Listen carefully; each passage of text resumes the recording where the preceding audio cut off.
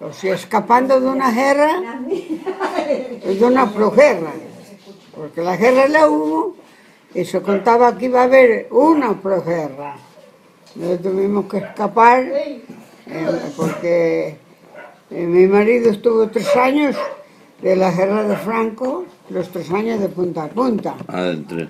Entonces, como decían que iba a haber una proguerra, entonces tratamos de salir de España. Le pidió un primo hermano y lo reclamó. Vino mi marido primero y a los 9 meses venimos nosotros. Así que, bueno... ¿En qué barco vinieron, Elena? En el Córdoba. Sí, creo que sí.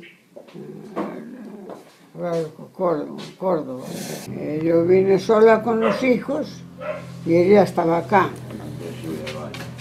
Y acá estaba su hermana, ¿no? Su hermana ya estaba acá. Estaba.